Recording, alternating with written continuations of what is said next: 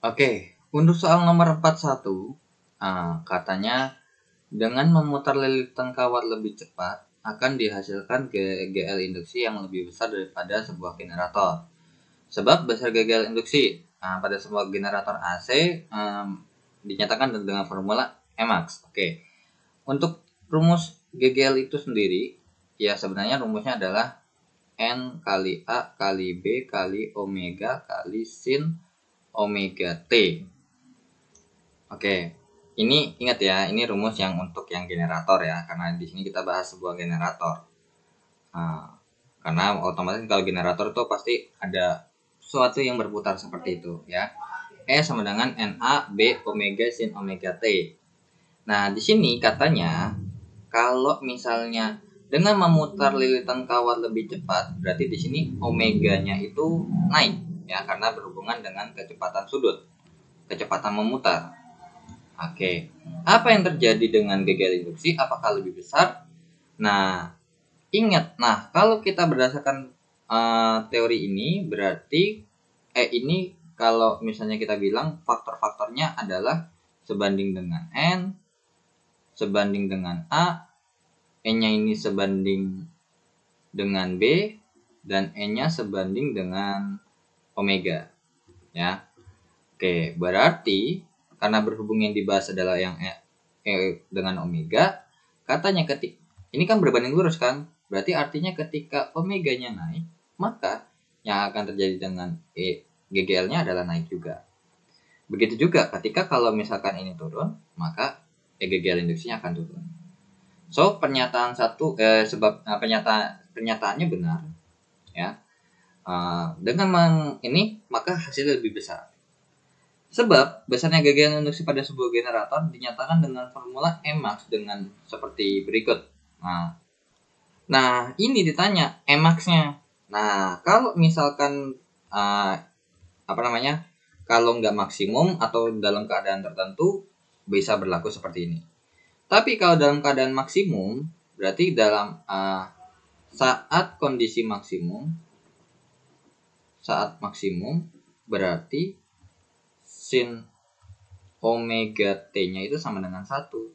Sehingga kalau kita lanjutkan berarti rumusnya akan menjadi Emax sama dengan Na kali B kali omega saja. Jadi maksimumnya itu seperti ini. So, besar GGL induksi pada sebuah generator AC dinyatakan dengan formula ini Emax. Ya betul. Ya, Emax-nya tuh ya ini. Jadi besar maksimum dari GGL induksi yang dihasilkan oleh generator itulah sebesar Emax. Tapi kalau cuman pada keadaan tertentu ya cuman sekedar E aja. Jadi untuk soal nomor 41 ini jawabannya adalah ya A ya. Karena berhubungan dengan memutar ini omeganya naik berarti GGL-nya makin besar.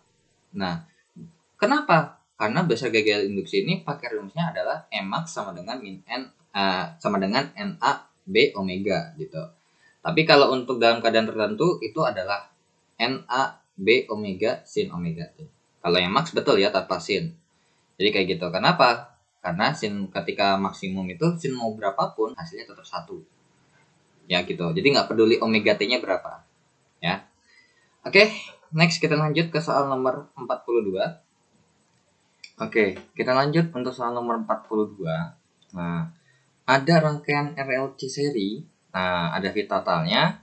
Nah, kemudian ada pernyataan jika frekuensi pada sumber AC diperbesar dengan menjaga amplitude konstan, lampu pada rangkaian di atas akan menyala lebih terang. Oke, let's cek. Untuk persamaan Vm-nya ini kan sama dengan V dikali sin omega T ya. Nah, jadi F-nya itu dapat dari mana? F-nya itu dapat dari yang kalau ini boleh kita kupas dulu. Nah, kita kupas dulu. Maka si F-nya itu berasal dari ini. Omega sama dengan 2 pi R. Oke. Nah, sekarang berarti kemudian itu ya dipakai. Terus kemudian berarti menyala lebih terang kan karena berhubung ini seri ya. Karena berhubung ini seri, maka kalau misalnya kita atau kalau jangan seri deh. Maksudnya bukan masalah seri, jangan ngomongin arus. Karena di sini kita membicarakan namanya semakin besar daya lampunya, otomatis semakin terang gitu ya. So, ini juga kita bisa hubungkan dengan P. Nah, berarti di sini P-nya adalah V kali I. Gitu. Ya. P sama dengan V kali I. Nah, berarti di mana kalau kita mencari I-nya itu sama dengan V total per R total.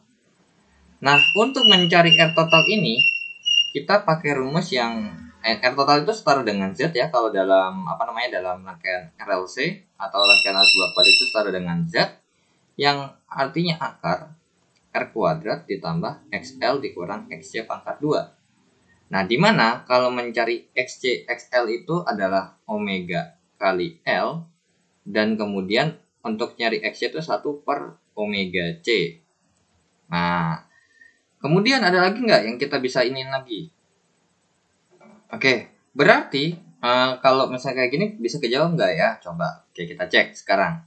Berarti supaya kalau untuk menyala terang, berarti P-nya itu harus dinaikin ya. Berarti ini P-nya naik nih. Oke, P-nya naik.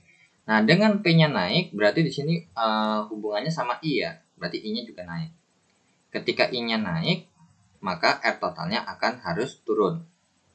Ya. Karena di sini V totalnya adalah V sumber gitu ya. Karena jadi yang bagian ini nih yang untuk V totalnya ini kita anggap konstan. Karena kan ya emang sumbernya ya segitu aja gitu loh. Sumber tegangan lampu ya kayak misalnya mungkin di rumah ya tetap nggak bakal berubah sumber tegangannya. Yang bisa merubah itu adalah biasanya arus sama hambatan jenis lampunya. Nah, sekarang kalau misalnya kita berarti otomatis supaya menaikkan I itu kita harus turunkan R totalnya. Berarti untuk menurunkan R total, maka ya untuk menurunkan R total, di sini kan yang hubungannya sama F atau omega ini adalah yang XL dengan XC, dan R yang di sini kita anggap konstan juga. Berarti supaya ini turun, maka ini harus turun. Bagaimana supaya caranya turun? Maka XL-nya harus kita perbesar. Emang ya? Nah, XL-nya ini harus kita kecilkan, ini harus kita naikkan. Ya. Jadi ini harus turun, ini harus naik. Sehingga di sini omeganya juga harus turun, dan di sini supaya naik ya omeganya harus turun juga kan. Nah, jadi sesuai tuh. Omeganya sama-sama turun. Berarti dengan omega turun di sini, apa yang terjadi dengan F? Ya bakal turun juga. Berarti apakah pernyataan ini betul? Salah. Karena untuk membuat daya lampu lebih terang berarti dayanya harus dinaikkan. Tapi dengan daya dinaikkan frekuensinya harus diperkecil, bukan diperbesar, ya. Jadi salah. Nah, atau kebalikannya, kalau misalkan ini naik, maka omeganya naik. Kalau omeganya naik, maka XL-nya naik. Kalau ini omeganya naik, maka XL-nya turun. Nah, kalau XL-nya turun, XL-nya naik, maka ini jadi makin besar. Nah, kalau XL-nya makin besar, ini makin besar, otomatis ini makin gede. Kalau ini makin gede, maka I-nya makin kecil. Kalau I-nya makin kecil, maka P-nya akan semakin kecil. Jadi semakin redup. Gitu, ya. Oke, itu untuk pernyataannya. Yang kedua, sebab jika frekuensi diperbesar, maka reaktansi induktor membesar sehingga sebagian besar arus dari sumber akan melewati lampu mengakibatkan lampu bertambah terang. Ya jelas salah ya. Oke, berhubung sama-sama salah, udah pasti bisa kejawab ya. Jawabannya apa? Yap, jawabannya adalah yang E untuk soal nomor 42 karena sama-sama salah ya. Kecuali kalau di bawah mungkin kalau frekuensi itu perbesar maka reaktansi induktor makin gede. Ya emang bener ya. Kalau frekuensi diperbesar ini diperbesar nih, maka omeganya benar lebih gede. Berarti XL-nya juga makin gede. Reaktansi induktif itu adalah XL ya. Kalau ini impedansi impedansi nih. Nah, berarti ya emang benar. Cuman masalahnya dengan membesarnya XL maka R totalnya makin gede sehingga I-nya makin kecil tapi P-nya makin kecil. Jadi bukannya nambah terang tapi malah redup. Gitu ya. Oke, next kita lanjut ke soal nomor 43. Oke, untuk soal nomor 43 gambar di samping ya, sebenarnya gambar di atas harusnya ya, merupakan struktur kisi suatu material ya. Oke, ini ada suatu struktur kisi suatu material. Pernyataan yang benar berkaitan dengan material-material ini. Oke, ini cacat pada kristal. Oke, berarti ini menggambarkan kristal ini adalah zat padat gitu ya. Oke, berarti ini dua-duanya zat padat. Oke, ini zat padat, ini kristal A, ini zat padat juga untuk yang kristal B. Oke. Kemudian ditanya cacat pada kristal B itu sebutnya apa? Yang cacat A itu adalah apa? Yang ketiga jarak antar kisi ini. Nah, kalau ini jarak antar kisi kedua kristal ini berbeda. Salah. Tapi kalau jarak antar kisi pada kedua kristal ini bernilai sama, betul ya. Jaraknya selalu sama karena kan zat padat. Nah, cuma bedanya adalah mungkin ada cacat ya, ada cacat atau mungkin ada pengotor ya, tetap aja terhitung sama karena zat padat. Nah, sekarang kalau misalkan jenis cacatnya ini apa?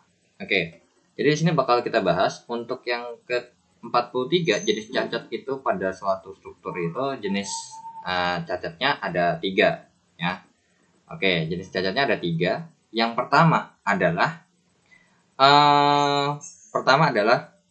substitusional gitu ya. Substitusional, betul. Substitusional alias artinya tergantikan.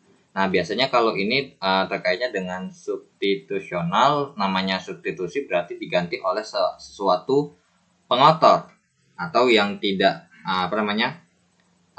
substitusionalnya biasa diganti atau ini kayak gini ya, diganti oleh atom lain, atau kita bisa bilang bahwa ada pengotor ya, ada pengganggu. Nah, oke. Yang kedua adalah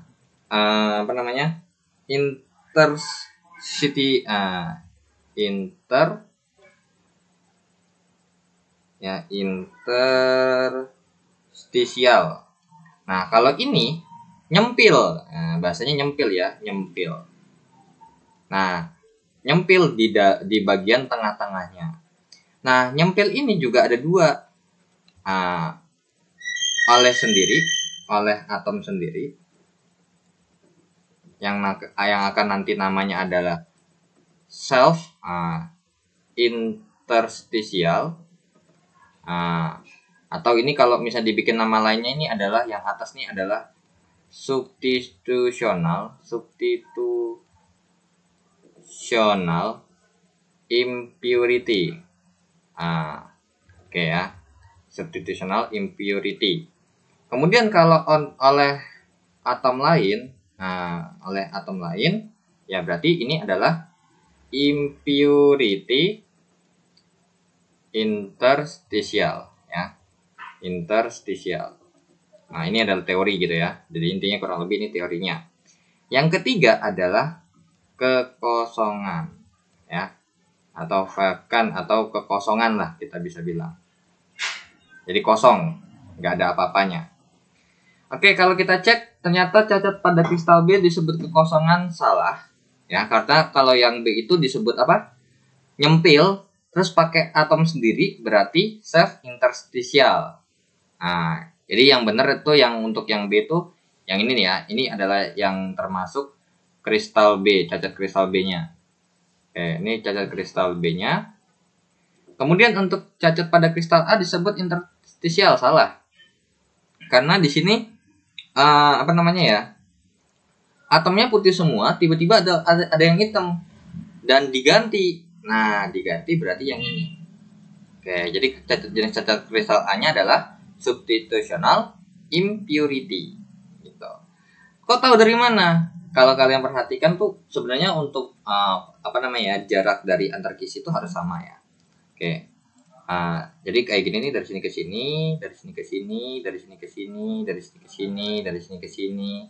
Nah, ini kurang lebih bentuknya pasti akan selalu sama. Cuman bedanya adalah di sini ada cacatnya. Cacatnya apa? Cacatnya di sini ada pengotor, ya. Ada pengotor nih di sini nih. Ya. Di sini ada pengotor nih di sini. Pengotor berarti impurity. Dan berhubung dia menggantikan, maka substitutional impurity. Nah, kemudian kalau untuk yang kedua, yang kristal B ini, dia sebenarnya tetap sama. Cuman bedanya kalau kalian perhatikan, ada yang nyempil nih di tengah-tengah. Jadi kayak misalnya ada atom di antara beberapa atom. Nah, ini termasuk interstisial. Cuman karena berhubung ini adalah warna putih dan atomnya sendiri, maka namanya self interstisial. Gitu. Jadi ini teori ya. Nah, jadi kurang lebih ya teorinya seperti ini jenis cacatnya. Ada 3. Nah, yang A ini termasuk yang substitutional impurity. Yang kedua adalah self interstitial. Gitu. Oke. Next kita lanjut ya ke soal nomor 44. Oke. Untuk soal nomor 44, katanya di nomor 44 ini seorang anak mengikat fluid dengan tali dan kemudian memutarnya dengan kecepatan 2 meter per second. Oke.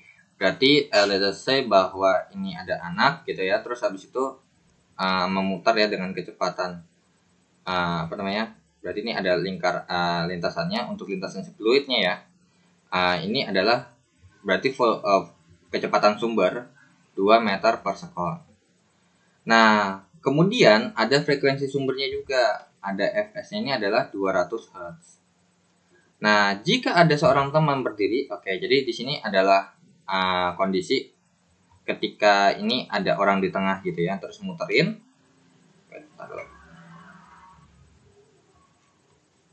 Nah, jadi di sini ada orang yang muterin nih, ya. Ini ada orang yang muterin, ya, si anaknya. Nah, atau gini deh, ini adalah anaknya, kemudian ada temennya di sini.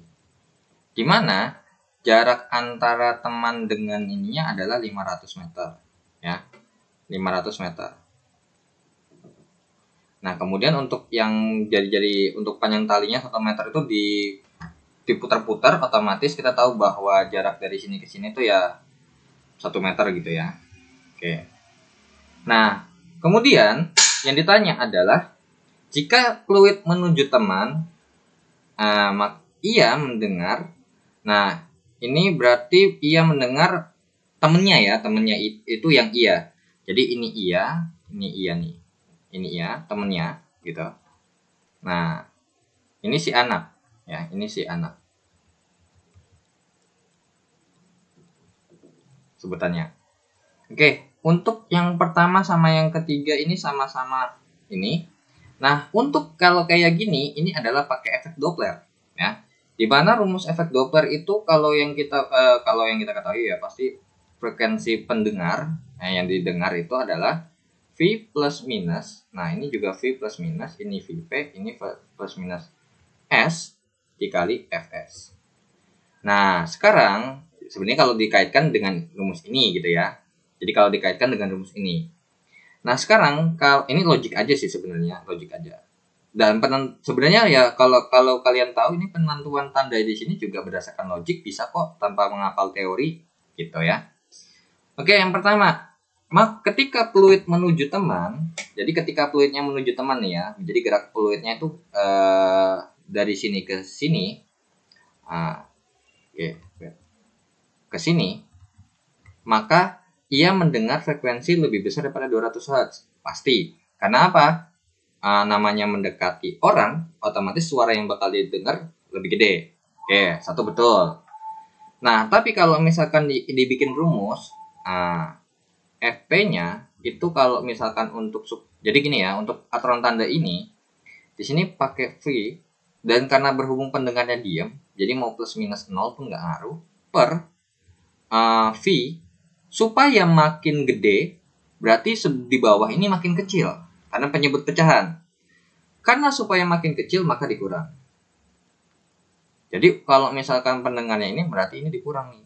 Jadi kurang lebih formulanya untuk nomor 1 nih, kalau disuruh ngitung ya ini formulanya.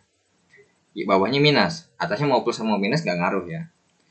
Nah, kemudian yang ketiga, menjauhi teman. Nah, kalau menjauhi teman tuh berarti kira-kira fluidnya ada di sini nih. Nah, fluidnya tuh ada di sini dan bergerak ke sini. Maka temannya atau si ia itu ya pasti otomatis mendengar sesuatu yang lebih kecil. Karena apa? Kalau misalnya di sini berarti Fp sama dengan V plus minus 0 per V ditambah. Karena supaya makin kecil. Jadi kalau misalkan diteorikan berdasarkan maksudnya kalau dirumuskan kurang lebih seperti ini. Ya, ini untuk nomor 3. Jadi betul ya nomor 3. Nah, sekarang untuk nomor 2, ketika fluid menuju teman, si anak ini mendengar frekuensi lebih besar daripada 200. Kemudian ketika fluid menjauhi teman, si anak mendengar frekuensi lebih kecil daripada 200. Lah, orang masih ada di radius yang sama, ya, masih ada di tempat yang sama. Berarti, apakah berubah? Tentu tidak. Jadi di sini tidak berubah. Karena ya tetap yang bakal dia dengar ya frekuensi itu sendiri, ya. Jadi tetap 200 Hz. Karena kalau misalkan, ya benar, karena emang apa namanya? Untuk menghitung ya benar. Berarti kalau misalkan di sini terdengar 20 desibel, maka dalam radius tersebut ya tetap bakal 20 desibel ya. Terkecuali kalau misalnya kecuali tiba-tiba talinya dipanjangin. Nah, itu baru bisa lebih kecil. Kalau misalnya dideketin ya makin gede gitu ya. Jadi untuk si anak ini tidak terpengaruh besar bunyinya. Kalau misalnya seperti ini ya, dalam bentuk lingkaran gitu. Tapi kalau misalkan panjang talinya diperbesar atau diperkecil, itu pasti ngaruh ke frekuensi bunyinya, ya. Oke, jadi 1 dan 3 benar, maka jawabannya adalah yang B, ya. Oke, next kita lanjut ya ke soal nomor terakhir, nomor 45. Oke, untuk soal nomor 45, N-mol gas ideal monoatomik mengalami proses seperti pada gambar. Oke, gambarnya tuh seperti ini ya untuk nomor 45-nya. Nah, katanya pernyataan yang benar untuk proses tersebut. Oke. Nah, sekarang kita kalor yang dilepas, perubahan energi dalam. Berarti ini kalau yang nomor 3 ini menanyakan delta U ya. Perubahan energi dalam. Kalau yang 1 ini Q, kalau yang 2 itu W, yang 4 itu W. Nah, oke. Dari proses 2 ke 3, apakah dia melakukan usaha atau kerja? Tidak melakukan ya. So, nomor 4 betul. Kenapa kok bisa? Kalau dari proses untuk nomor 4 ya, dari proses 2 ke 3, dimana kan kita menghitung W itu sama dengan P kali delta V. Sedangkan V-nya tidak berubah. Ya, V-nya tidak berubah. Berarti melakukan kerja enggak? Berarti W sama dengan P dikali 0, maka sama dengan 0. Jadi kurang lebih nomor 4 betul. Oke, sekarang kalau untuk 1, 2, 3 perubahan energi dalam dan kerja. Oke, kalau untuk yang nomor 2 dulu, kita cek nomor 2 dulu ya. Nah, kalau nomor 2 sih harusnya benar ya. Tapi enggak juga. Kita cek dulu nomor 2, apakah benar? Soalnya kalau nomor 4 benar, nomor 2 benar, pasti 1, 3 benar. Enggak juga, belum tentu kan, bisa aja 2, 4 doang. Oke, nomor 2, proses 1, 2, 3 itu dari 1, 2, 3 ini membentuk begini ya. 1, 2, 3 ini tidak balik. Berarti tidak melakukan siklus. Hanya melainkan proses. Jadi 1, 2, 3 itu adalah kita kerjakan dulu untuk 1 sampai ke 2 dulu. Nah, untuk W1, 2 ini karena berhubung terjadi perubahan tekanan juga, volumenya juga, maka pasti ada usahanya ya. Nah, makanya di sini sebenarnya untuk rumusnya sih delta P kali delta V ya. Delta P dikali delta V berarti W12-nya sama W12 adalah delta P-nya dari 2 ke 1 itu adalah P2. Bentar dulu. 1 ke 2 itu berarti ini P2 kurang P3 ya, sorry. P2 dikurang P3 dikalikan dengan dari 1 ke 2 ini adalah V2 kurang V1. V2 kurang V1. Ya. Oke. Kemudian untuk nah, untuk 1, 2 dan 3, nah, ini jangan, kalau misalnya mau ngitung usaha tuh paling gampang karena berhubung miring seperti ini ya. Kalau misalkan lurus baru pakai ini.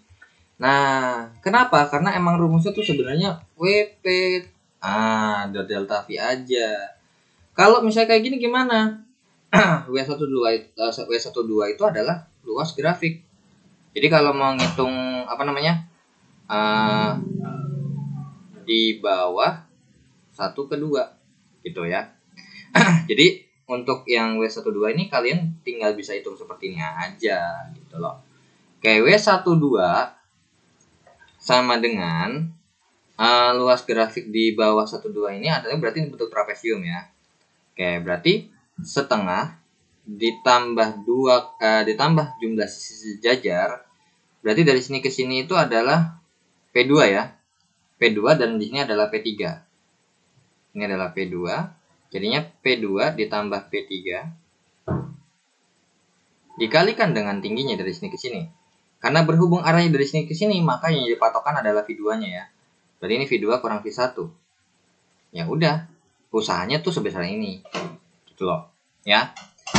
Sebenarnya untuk nomor 4 juga bisa kalau mau kita cari pakai ini. Tapi sekarang saya menanya, untuk wilayah 2 ke 3, dia ada nggak wilayah arsir ke bawahnya? Nggak ada, karena 0. Gitu loh. Jadi kalau ini kita pakai konsep luas grafik, W-nya sama dengan 0, karena tidak mempunyai daerah di bawah garis. Jadi karena nggak ada di bawah garis, maka W-nya 0. Beda sama 1 dan 2 gitu, 1 ke 2. Nah, kemudian 1 2 3 ini berarti 1 ke 2 ditambah 2 dan 2 ke 3. Dan W ke 2 dan 3 itu sama dengan 0 ya. Ya kan 2 ke 3 kan 0. Maka kalau ditotalkan, maka W1 2 3 itu setara dengan setengah kali P2 tambah P3 dikali V2 dikurang V1. Ternyata salah kan? Nah, kok bisa ya? Nah, mungkin ya namanya juga yang bikin manusia, antara mungkin tipe atau segala macam kan kita nggak tahu ya. Tapi kalau kita lihat bentuknya kan ini harusnya dari sini ke sini ya, betul. V2 kali V1. Oke, next kita lanjut ya. Untuk ini berarti yang kedua salah, biarin aja. Nah, yang ketiga atau yang pertama dulu deh. Sekarang yang pertama, kalor yang dilepas pada proses 2 ke 3. Oke. Kalor itu kan rumusnya W ditambah delta U ya. Nah, berarti di sini karena berhubung 0 ditambah delta U ya. Karena kan kita tahu dari nomor 4 ini bahwa W-nya kan 0. Berarti Q-nya ini akan setara dengan delta U yang akan setara dengan yang namanya 3/2 kali NR delta T. Ya, karena ada perubahan suhu yang pasti. Nah, jadi kalau untuk karena berhubung monoatomik gitu ya, monoatomik itu 3/2 NR delta T ya. Tapi kalau untuk diatomik, be careful untuk suhunya. Nah, Q sama dengan 3/2 nRT. Nah, sama dengan 3/2 nRT, berarti sama dengan 3/2. Ini adalah, nRT ini adalah apa? nRT itu kan berarti, nRT itu sama dengan P kali V kan? Ya udah, berarti dari posisi 2 ke posisi 3 itu P-nya ada. Yaitu sebesar sebesar P3 kurang P2 ya. Nah, dikurang P2 dikali V gitu ya. Dikali V-nya adalah V-nya adalah sebesar ya V2. Oke, jadi Q-nya setara dengan kalau kita bentuk seperti ini berarti 3 dikali V2 dikali P3 dikurang P2/2. Ternyata betul. 1 betul, 2 salah, 4 salah, 1 benar. Nah, kita cek nih nomor 3. Nah, nomor 3 katanya perubahan energi dalam nih. Ya udah, berarti delta U-nya sama dengan, berarti delta U-nya dari 1, 2, 3, maka U1 ke 2 ditambah U2 ke 3. Kalau U2 yang ketiga nih udah ketemu ya. U2 3 tuh ini rumusnya 3/2 dikali P3 dikurang P2 kali V2. Nah, U12 delta U ya, ini delta U. Nah, delta U untuk 1 ke 2 itu kita cek dulu ya. Berarti delta U1 ke 2 itu sama dengan ya berarti kayak tadi 3/2 kali NR delta T. Nah, ternyata kalau misalkan dari 1 ke 2 itu terjadi perubahan ya. 3/2 dikali NRT-nya kita rubah ya, langsung aja. Itu adalah P2 dikurang P3 ya sorry P2 kan nRT itu PV berarti ini sama aja kalau kayak kita bisa bilang ini adalah delta PV gitu ya. Sehingga berarti ini akhirnya adalah P3 kali V2 dikurang P3 kali V1 ya. Jadi kondisi akhir, kondisi kurang di kondisi awal. Nah, dikali dengan udah kayak gini aja ya. Oke. Berarti delta U-nya ya udah berarti benar tetap 3/2 kali P3 kali V2. P3 kali V2 dikurang P3 kali V1. Nah, sehingga jawabannya betul ya. 3 P2 kali V2 ini P2 kali V2 ya, gitu. Oh iya, sorry, P2 kali V2 ya, sorry itu. Karena titiknya di sini kan P1 dan V2 dan ini adalah P3 kali V1. Oke, ini berarti P2 kali V2 dikurang P3 kali V1 per 2 betul, ditambah 3 kali V2 oke betul. Jadi nomor 3 betul juga nih. Ya udah, ini antara kalau misalnya emang soalnya begini jawabannya adalah B. Ya, 1 dan 3 betul. Tapi kalau misalnya kita mau ralat pilihan gandanya ya bisa aja jawabannya E gitu. Ya. Nah, kalau untuk yang nomor 2, untuk mungkin besarnya ya, besarnya itu harusnya minus ya, karena kalau untuk nomor 2 ini harusnya besarnya minus karena terjadi perubahan penurunan volume. Nah, kalau intinya kalau arahnya kiri kayak gini, dia harusnya minus nih, gitu ya. Nah, harusnya minus. Nah, cuman kalau emang mungkin ditanya besarnya, mungkin bisa juga begini, W1, 2, 3 ini. Kalau cuman ditanya plus sama minusnya doang, boleh lah kalau misalnya cuman nanya besarnya doang. 1, 2, 3 ini sama dengan 1/2 P2 tambah P3 ya. P2 tambah P3 dikalikan dengan yang namanya V1 kurang V2. Nah, bedanya apa? Kalau yang ini nanti hasilnya adalah positif ya. Hasilnya positif, kalau yang di bawah hasilnya negatif tuh. Kalau emang misalnya mementingkan tanda, yang benar yang bawah. Tapi kalau cuma besar doang, yang atas nggak apa-apa gitu. Ya. Kalau misalnya cuma besarnya doang, misalnya besarnya doang, ya ini boleh lah kalau untuk nomor 2 ya. Cuman harusnya nggak boleh karena W ini bisa kerja itu ya bisa dilakukan, bisa plus, bisa minus. Q juga sama, bisa plus, bisa minus, gitu loh. Nah, untuk aturan tandanya, oke, boleh nanti bakal saya tulis di sini ya. Oke, kalau untuk ini berarti jawabannya ya kalau misalnya emang kayak gini pilihnya B ya. Kalau emang misalnya mau jawab B, cuman kalau emang misalnya tiba-tiba ralat ya jawabannya kemungkinan besar akan E. Tapi ini E-nya ini bakal kita dengan syarat kita revisi jawabannya. Nah, untuk aturan tanda untuk yang Q itu kalau misalkan Q-nya itu plus ya. Nah, sebenarnya ini bisa nih cuman tuh kegedean ya. Q kalau plus diterima, dilepas. Nah, kalau Q itu plus diterima ya. Kalau minus dilepas. Oke. Kalau W, kalau plus sama minus, nih. Kalau W itu diberikan, kalau minus diberikan, ini dilakukan. Nah, kalau ditanya besarnya tetap sama, ya. Besarnya tetap sama. Cuman bedanya adalah beda tanda aja. Kalau untuk besar nilainya itu sama kok, gitu ya. Misalnya W plus 200 sama W min 200 itu sama. Sama-sama 200 joule besarnya. Cuman kalau untuk apa yang dilakukan ya itu ternyata kalau plus itu dilakukan, jadi dilakukan usaha gitu ya. Kalau misalnya ini diberikan, jadi kebalikannya diberikan, jadi dikasih gitu loh ibaratkan ya. Kalau W plus itu dilakukan, artinya kayak kita melakukan sesuatu. Tapi kalau W minus itu kayak kita dikasih sesuatu gitu loh ya. W plus itu dilakukan, itu dianya dilakukan gitu ya. Oke. Jadi kurang lebih seperti itu. Jadi untuk nomor 2 ini kalau memang besar mungkin no problem ya kalau cuma sebesar berapa. Cuman kalau untuk yang realnya, yang benarnya tuh yang bawah ini ya. Maksudnya kalau secara benar-benar ada plus sama minusnya, yang benar yang ini. Karena kan kita tahu bahwa kalau mau ini kan trapesium kan dari sini ke sini gitu ya. Nah, cuman kalau secara vektor, ini ingat ya, kan ini berhubungan dengan vektor. Karena vektor itu mempengaruhi ya. Kalau vektor itu dari sini ke sini, maka kan ini terus ke sini, terus ke atas sini kan. Nah, mungkin kalau misalnya jumlah sisi sejajar mungkin kan karena tidak pengaruh arah gitu ya. Nah, kalau misalnya emang benar-benar vektor juga berarti P2 itu bisa plus, kalau P3 itu minus ya. Tapi kalau P3 ini kan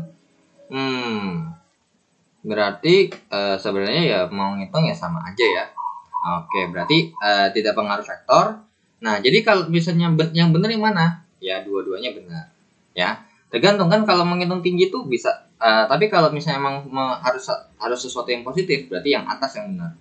Kalau yang bawah itu hasilnya negatif. Jadi artinya berarti kalau misalnya W-nya minus berarti dilakukan, dan kalau misalnya W plus itu artinya diberikan gitu ya. Oke, diberikan usaha atau dilakukan usaha. Wait. Oke, karena berhubung di sini kita usahakan usahanya positif, berarti yang atas ya. Karena kalau kita ngitung tinggi itu berarti makanya ini kalau misalnya plus sama minus, oke ya, berarti nggak usah pengaruh ya. Berarti kita lebih condong lebih pakai yang ini aja nih, ya. Karena kan kalau misalnya ngitung luas itu karena berhubung ada di atas sumbu X ya. Berhubung di atas sumbu X berarti ini adalah melakukan usaha yang positif.